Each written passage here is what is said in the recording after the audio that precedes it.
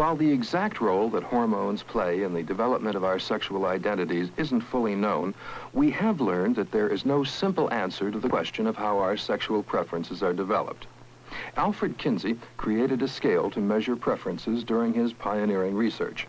On his scale, an exclusively heterosexual man or woman rated 0, an exclusively homosexual man or woman a 6. According to Alan Bell, senior research psychologist at the Institute for Sex Research in Bloomington, Indiana, an estimated 5% of U.S. males and 2.5% of U.S. females are fully homosexual. Here he meets with 2 male and 1 female homosexual.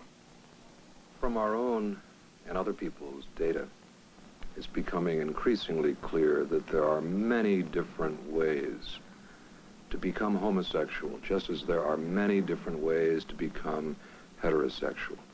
And when we look at the development of sexual orientation and of our sexual personhood, it's important to look at relationships that one has with one's mother, with one's father, with siblings, with peers, influences outside the home, that all of these very important early relationships as well as subsequent relationships in adolescence and young adulthood have a very important shaping influence on how we experience ourselves as sexual beings. Homosexuality, lesbianism to me is so natural. It's, as natural as any developmental stage in my life, like learning to walk. I'm perfectly happy as a homosexual, and I only speak to the problem of oppression and unhappiness because I see it in other people, and I don't think they should have to go through this at all.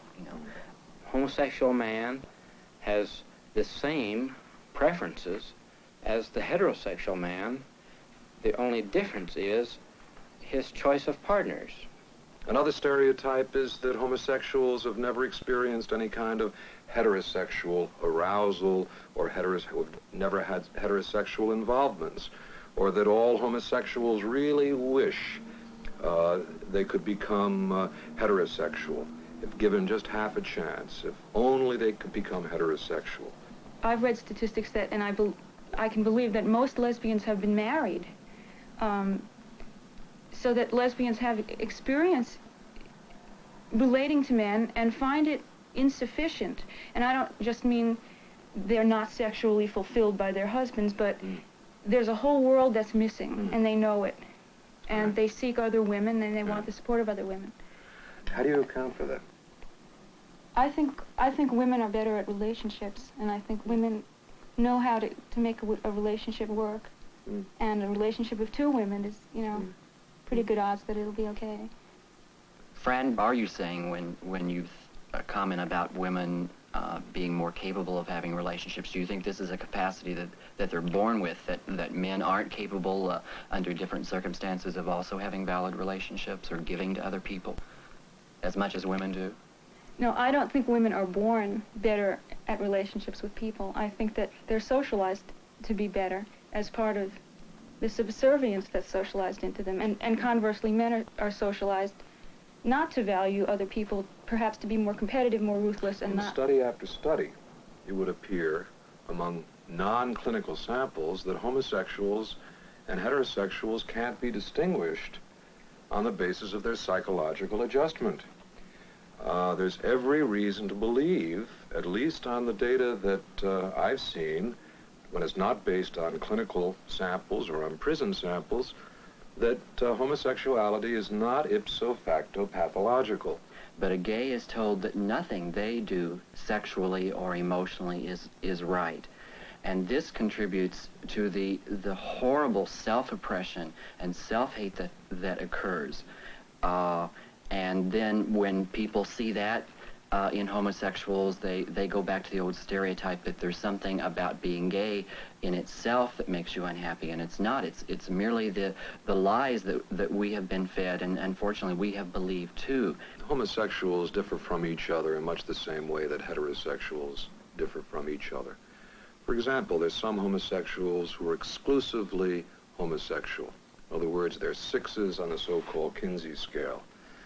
They've been exclusively homosexual all their lives, while there are other homosexuals, male and female, who have had extensive heterosexual experience and who can respond heterosexually and score lower on that Kinsey scale. So they're different in terms of their sexual orientation. And what I'm really getting at is that maybe certain heterosexuals would be more comfortable and happy as homosexuals, given their developmental experiences, and that certain homosexuals may really, given their developmental sequence, be happier in a heterosexual orientation. This idea of different thresholds for different behaviors in men and women appears to be a unifying concept for human beings. We're all capable of similar responses, just at different levels and perhaps different strengths. How much these levels in adult men and women are determined by biology and how much by experience isn't really known, but they are there. A few other differences brought out in our research that you might not have considered. Women have cyclical fertility. Men are fertile all the time. Women have an extra layer of fatty tissue that enables them to withstand cold and temperature changes better than men, possibly a protection for the fetus when she's pregnant.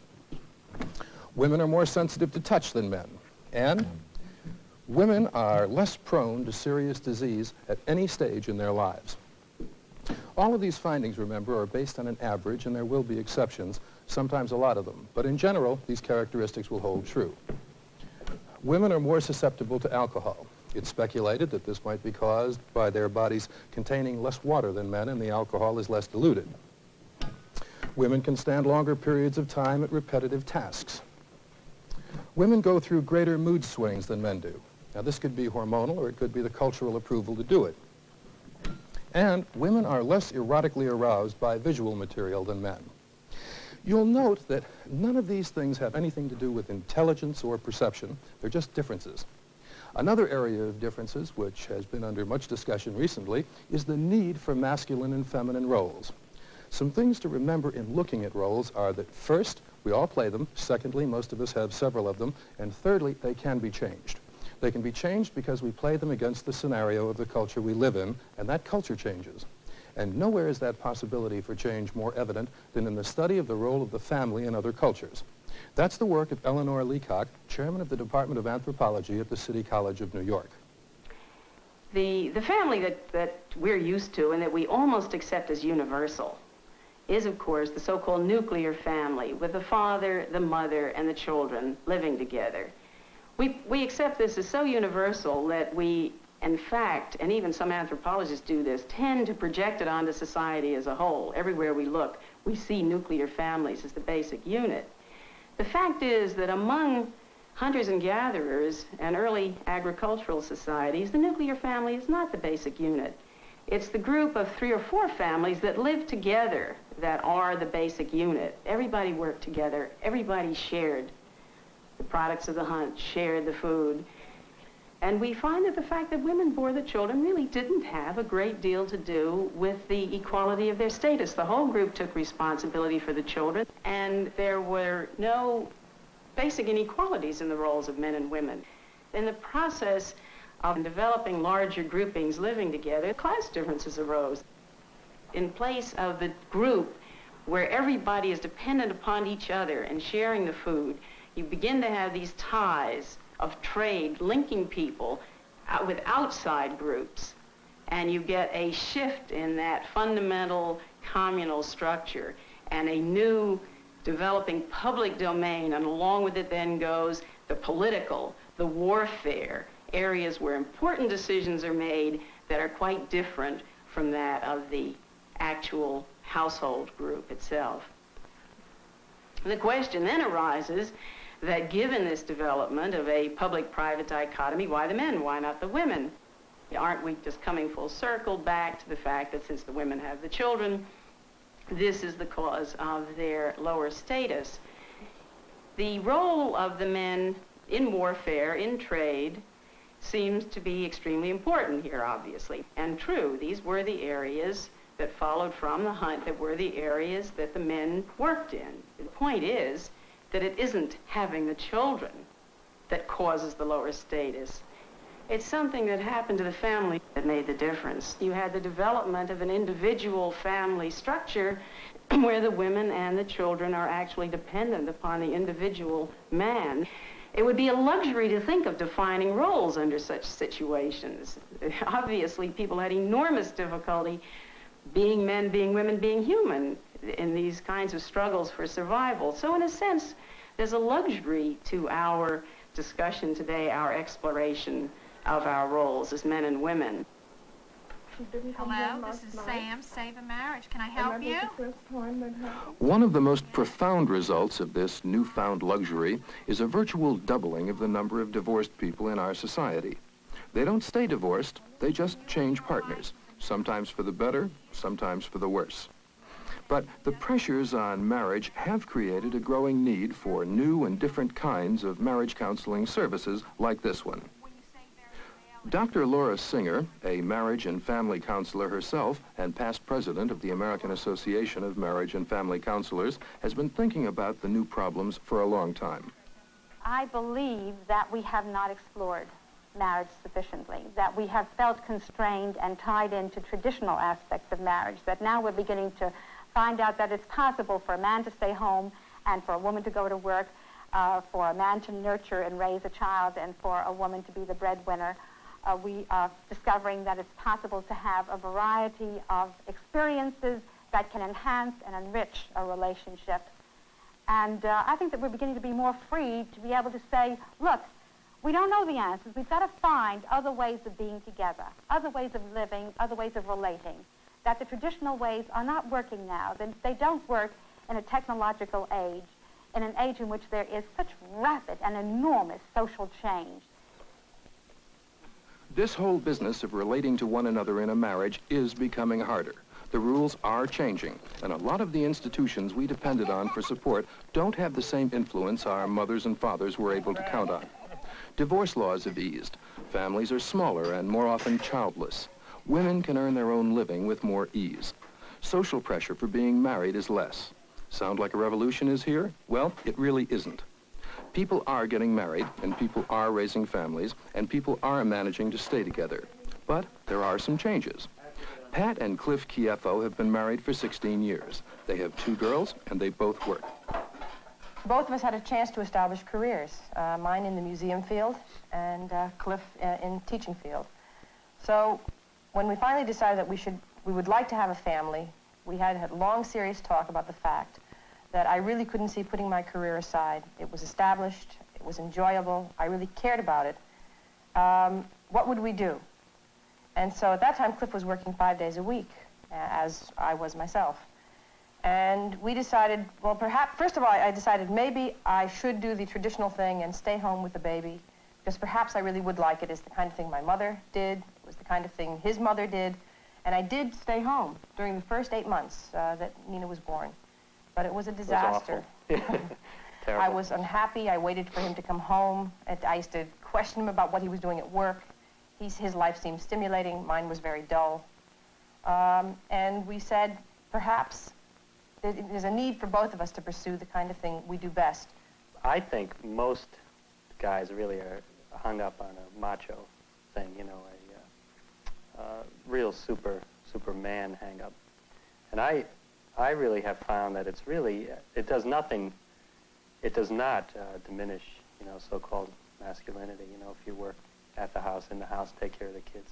I could never understand that. To me, it seems this is as normal as anything. And since we both have the children, there's no reason why one person should get all the joys and agonies. But Pat does the cooking, and then also the laundry. He does the cleaning of the house. We don't have a housekeeper. I thought that's important to say, that we clean our own house. Also, he does the bills. I can't stand writing out checks or taking care of bills, and so that he spends time doing that kind of thing. Actually, we try to do the things that we enjoy the most, or at least don't mind doing very much. And somehow that's the way things have sort of settled out. Cliff and I have a mutual respect for each other. We also have respect for each other's careers. And he's my best friend, you know, and that makes a big difference. Strange as it may seem. But you do, you take care of your best friend. And we also saw advantages. There were, you know, not everybody has a husband like mine. When Nina was sick, I really didn't like staying up and rocking her in the rocking chair. In a way, if you're talking about being maternal, Cliff is really much more maternal than I am. He sat every night in a chair for 1.5 years and rocked her. I wouldn't do that. That was a terrific sacrifice. Well, I have two brothers. She has two sisters. And they all have very normal type relationships, you know, in terms of... Normal life patterns. Lifestyles. The husband works and the wife stays home. They think that we're wacko. I think that because we're the babies of the family, we're the two youngest children, they think that we're a slightly oddball in comparison to the rest of the family. But sometimes I just feel I don't have enough time, and I wish I could put in 5 days. And I'm sure you do too. Yeah, I think so. I think that's one of the problems. I think we also agree that if we didn't have the kids now, we would be really on easy street because we can both work as much or as little as we liked. I think as we get older, we get better in every way. I mean, really, I think we look better, and I think we like each other more. That's you know, true. Things are easier. And also, Cliff's Easier in the later years. And he's not a macho type, so that he shares in the bedroom as he shares in every place else. I mean, he's really terrific. Gosh. So roles and self-perceptions of our sexual identity do change, but really how much and how fast? The Kiefos feel secure in their identities as a man and a woman, and in the roles that they've chosen, neither feels threatened, neither feels a loss of that precious gender identification. And that identification is with us, remember, from the time we're born until the time we die. There are milestones along the way, psychological ones like learning our label as a boy or a girl, finding out what it means, trying to match our needs with society's expectations, learning to live with our sexual identity, and then, of course, fighting to keep it in our old age. And there are the physiological benchmarks, hormones that make us male or female, puberty, where all the secondary sex characteristics appear, and for women, menopause. For some, one of the most frightening times in their life, for others, just another moment in growing as adults. Dr. Estelle Ramey, professor of physiology and biophysiology at the Georgetown University School of Medicine in Washington, D.C., explains what this natural phenomenon means. Well, menopause is considered to be the time at which menses stop. The woman doesn't have periods anymore. But in actual fact, the menopause is really more complicated than that. And many women have the symptoms of the menopause while they're still having regular menstrual periods. As a result, they become frightened because they think that some other disease has afflicted them, when in actual fact, they're simply going through the preliminary stages of a drop-off in ovarian hormones. The thing that we all must remember about hormones is that the human brain is far more potent in determining sensations and behavior than the hormones as such. And I might say, incidentally, that during the period in which a woman is going through the menopause, other hormones other than her ovarian hormones are being altered in their ratio. For example, while she may be manufacturing as much thyroid hormone as she did before, that thyroid hormone isn't as effective as it used to be in generating energy in the body. And men suffer during the aging period precisely the same changes. They don't get the response to thyroid hormone that they used to get when they were young. Their energy responses have changed. They're getting a gradual but very real drop-off in their own sex hormones, not as abruptly as women do, but nevertheless a very real thing, and some men may get a very significant drop-off. And so these are real physical phenomena, and women must know that there are ways of dealing with this on a physical basis. There are hormone supplements that physicians can use for women to tide them over this period, or perhaps to maintain them on it for very long periods of time. But at any rate, this must not simply be brushed off as simply another aspect of the things that American women dream up to make life a misery for American men. They are real, but they can be handled. It's rather shocking that so few women really know what to anticipate. My blood pressure would go up at times, and then that weak, funny spell, I began to wonder if there was something wrong with my brain or something. Did you think you were in the menopause? No, because I've still been having periods fairly regular. I never had any problems otherwise. It never entered my mind. You think of yourself as less of a woman? No, it hasn't bothered me anyway, because I've always looked on that as a natural thing. You cannot get out of it. I mean, you have to live with it, and it hasn't bothered me. I'll be glad if it's all over with myself. So you see yourself as just as much of a woman as you ever were? Sure. Start living a little bit different, maybe. The menopause may bring with it a kind of relief. The relief from the monthly periods, which can be somewhat handicapping in some ways, or relief from the danger of pregnancy. And certainly it brings with it a sense in the healthy woman of having completed one phase of her life. And if the society is prepared to say to her, you are now just beginning another important phase of your life. You're 45, and you have probably 30 more years ahead of you, good, solid years, where you don't have to concern yourself with the problems of youth, then I think you can look on the bright side of this, and it need not be a catastrophe. The Psalms promised us 70 relatively good years. We were also taught to respect our elders. We also learned they were repositories of knowledge and wisdom. Unfortunately, there aren't many references to regarding them as people, and people whose sexual identities and desires are still very much there, if society will allow them to be. Old age sometimes means infirmity, sometimes illness, certainly a lessening of energy. But it doesn't make a man less of a man or a woman less of a woman. Michael and Ursel Heath, who have been married for 18 months, are both in their 60s. It's just one of those things that you feel. I don't know. It's hard to explain.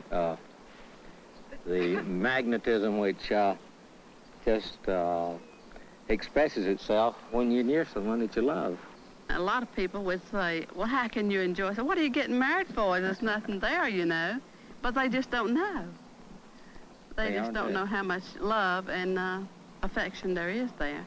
And when you have love and affection, then there is sex.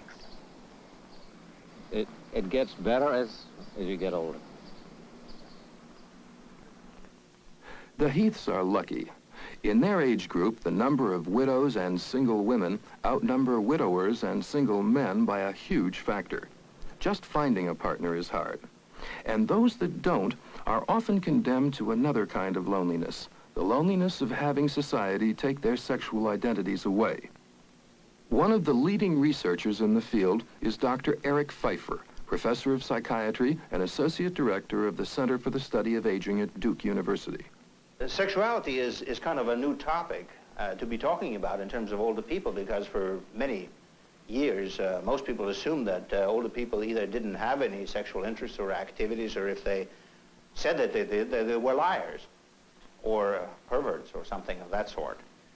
And I think we learned some rather surprising things. One is that we found that many older people, men and women in their 60s and 70s and 80s, were still quite interested in sexual activity, had a lot of sexual interest, and many of them engaged in fairly regular sexual intercourse.